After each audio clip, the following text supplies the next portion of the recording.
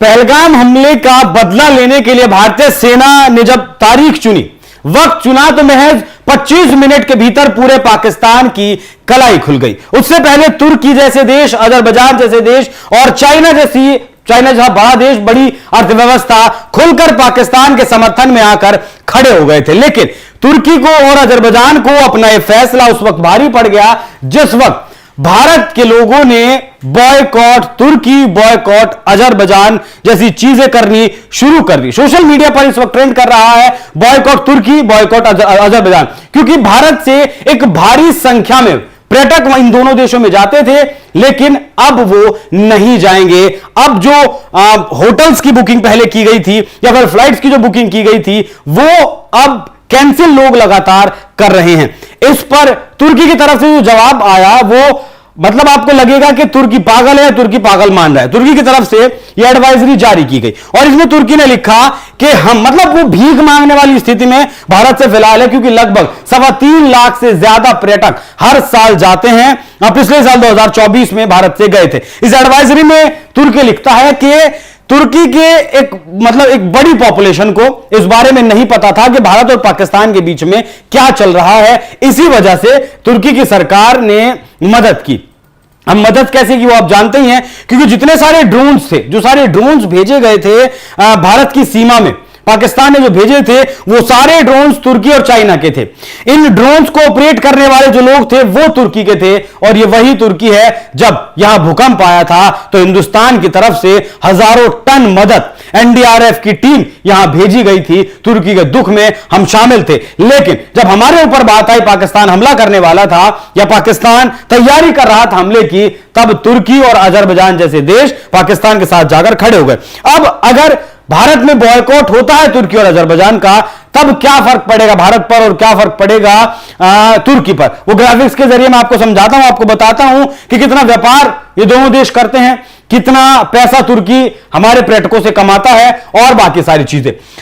सबसे पहले अगर आयात और निर्यात की बात करें तो भारत में तुर्की के बहुत सारे सामान आते हैं, जिसमें कालीन, फर्नीचर, टर्किश कालीन, मोज़ेक आर्ट और पारंपरिक टाइल्स, हाथ से बनी सजावटी वस्तुएं, फैब्रिक, सिल्क, लिनन, जैतून का तेल, सूखे मेवे और सेब भी आते हैं। 2023-24 में तुर्की के साथ भारत का जो व्यापार था वो कुल 10.43 अरब डॉलर था, जो कि घटा था पिछले मुकाबले। तुर्की को भारत द्वारा किए जाने वाले निर्यात में मशीनरी, पत्थर, प्लास्टर, लोहे, स्टील, तिलहन, अकार्बनिक रसायन, कीमती पत्थर, ताजे सेब आदि शामिल हुआ करते थे। लेकिन अब जो व्यापारी हैं वो खुद ही तुर्की के साथ व्यापार करना नहीं चाहते, इसे रोकने की बात कर रहे हैं। इन्फो इंडिया के आंकड़ों के मुताबिक 2024 में भारत से करीब 2.5 लाख टूरिस्ट ने अजरबैजान की यात्रा की। करीब 3 लाख टूरिस्ट भारत से तुर्की गए। यह आंकड़ा 3.3 लाख तक पहुंचा था। तुर्की की अर्थव्यवस्था में लगभग 6,200 करोड़ रुपए से ज्यादा का पैसा भारतीयों ने दिया है वहां जाकर जो घूमने जाते हैं।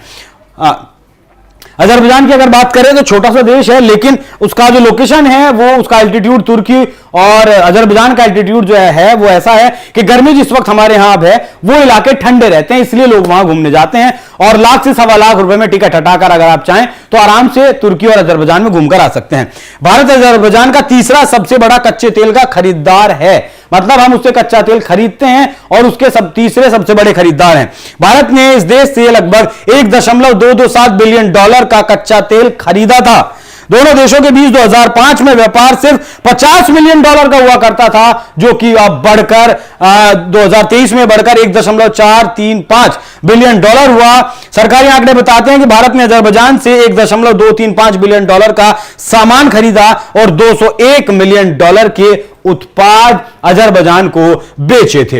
अब आगे चलिए, 2000 से दिसंबर 2023 तक तुर्की का भारत में कुल एफडीआई, तुर्की का एफडीआई $227.5 मिलियन रहा, जबकि भारत का 2000 से 2024 के बीच में लगभग $200 मिलियन का निवेश था। मतलब तुर्की का निवेश यहां ज्यादा है। कुछ 3-4 कंपनियां ऐसी हैं जो फिलहाल हिंदुस्तान में धीरे धीरे अपनी पकड़ मजबूत कर रही थी। तुर्की में पिछले साल करीब 3.3 लाख पर्यटक पहुंचे थे और उन्होंने औसतन 1.2 लाख रुपए खर्च किए। जो मैं आपको बता रहा था कि 1 लाख से अब 1.25 लाख रुपए तक की अगर खर्चा करते हैं तो वहां दोनों में से एक देश में आप घूम के आ सकते हैं।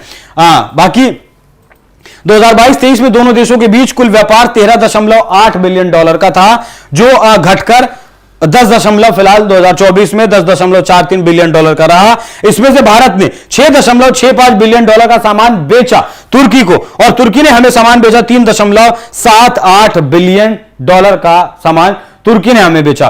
2022 में भारत से अजरबैजान जाने वाले लोगों की संख्या 60,731 थी। इस पर गौर करिएगा, इस आंकड़े पर। यह 2022 का आंकड़ा है। उसके बाद 2023 में संख्या बढ़कर 1.17 लाख हो गई, मतलब जस्ट डबल। 2024 में इस संख्या में और ज्यादा भारी उछाल आया और ये 2.43 लाख हो गई, मतलब फिर डबल। 2022 के मुकाबले 2023 में डबल हुई और 2023 के मुकाबले 2024 में संख्या डबल हुई। मैंने आपको बताया कि दोनों देशों में मिलाकर लगभग 6,000 करोड़ से ज्यादा हम पैसा खर्च करते हैं, हम भारतीय, और इसी पैसे को यह तुर्की भारत के खिलाफ इस्तेमाल कर रहा था। समझे आप? जो ड्रोन्स भेजे गए थे, जो ड्रोन्स दागे गए थे हिंदुस्तान के ऊपर, वो सारे तुर्की के बने हुए थे। और आप याद कीजिए, जब ये 7 तारीख में ऑपरेशन सिंदूर शुरू भी नहीं हुआ था, उससे पहले अपना युद्धपोत, अपना वॉरशिप समुद्र में भेज दिया था पाकिस्तान की मदद करने के लिए तुर्की ने। उससे पहले अपने कई मालवाहक विमान भेजे थे, जिनमें हथियार भरकर भेजे थे, वो पाकिस्तान में भेजे थे, तुर्की ने भेजे थे। उसके बाद अपने तीनों सेना प्रमुखों को पाकिस्तान में भेजा तुर्की ने। अब तुर्की जब हमारे लिए इतना कष्ट कर रहा है, तो कम से कम एक कष्ट तो हमें भी तुर्की के लिए करना चाहिए। और इसमें बहुत सारी जो ऑनलाइन साइटें हैं जो टिकट बुक करती हैं या फिर पैकेजेस देती हैं, वो साइटें भी इसमें सहयोग कर रही हैं। एयर इंडिया हो या फिर इज माई ट्रिप जैसी जो साइटें हैं, वो भी अब ये कह रही हैं, जो बुकिंग्स हुई हैं उनके द्वारा, वो अगर बुकिंग कैंसिल करते हैं लोग, तो उस पर कोई चार्जेस नहीं काट रहे हैं। फ्लाइट्स के जो टिकट हैं उनमें भी कोई चार्जेस नहीं काटे जा रहे हैं। हर एक हफ्ते में भारत से तुर्की के लिए 10 फ्लाइटें जाती हैं।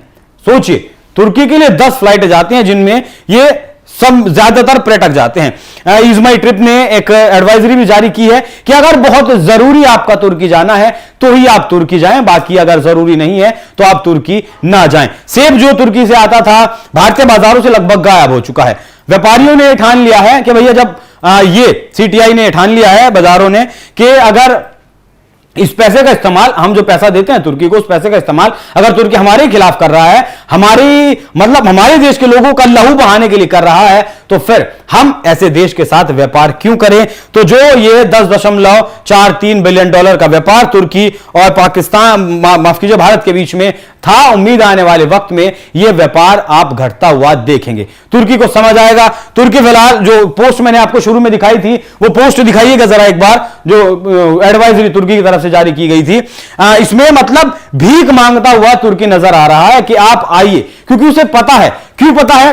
क्योंकि जो टूरिज्म सेक्टर है तुर्की का, वो तुर्की की अर्थव्यवस्था में लगभग 12 से 15% का योगदान देता है, जिसमें से बहुत बड़ा स्टेक हिंदुस्तान का है। आप याद करिए, जब मालदीव ने हमें आंख दिखाई थी, तब प्रधानमंत्री मोदी ने एक तस्वीर जारी की थी, जिसके बाद क्या हुआ था कि मालदीव का जो पूरा टूरिज्म सेक्टर था वो ध्वस्त हो गया था, और मोइजू आए थे भारत बात करने के लिए, तब जाकर उसकी हालत सुधरी थी। तो भारत के साथ पंगा लेना, मतलब अब तक तो किसी देश को ऐसा नहीं है कि आसान पड़ा हो, और इस तरीके से अगर आप भारत के पैसे को भारत के लोगों के खिलाफ इस्तेमाल करेंगे तो फिर आपको दिक्कतों का सामना करना पड़ेगा। बाकी आप इस विषय पर क्या सोचते हैं कि भारत के लोगों को तुर्की जाना चाहिए, अजरबैजान जाना चाहिए, जो लोग खुलकर पाकिस्तान के समर्थन में खड़े हैं, खुलकर आतंकवाद के समर्थन में खड़े हैं। कश्मीर के मुद्दे पर यही तुर्की, भले हमने इसकी भूकंप में कितनी मदद की, लेकिन कश्मीर मुद्दे पर हमेशा यूएन में यह भारत के खिलाफ खड़ा नजर आता है। ये अजरबैजान जैसे देश सब भारत के खिलाफ खड़े नजर आते हैं, तो फिर हमें भी टिट फॉर टैट जैसे को तैसा वाली भूमिका में आ जाना चाहिए। शत्रु बोध अब हमें शायद हो जाना चाहिए कि कौन हमारा दुश्मन है और किस तरीके से उससे हमें निपटना है। बाकी आप इस विषय पर क्या सोचते हैं, अपनी राय हमें कमेंट कर जरूर बताइएगा। नमस्कार।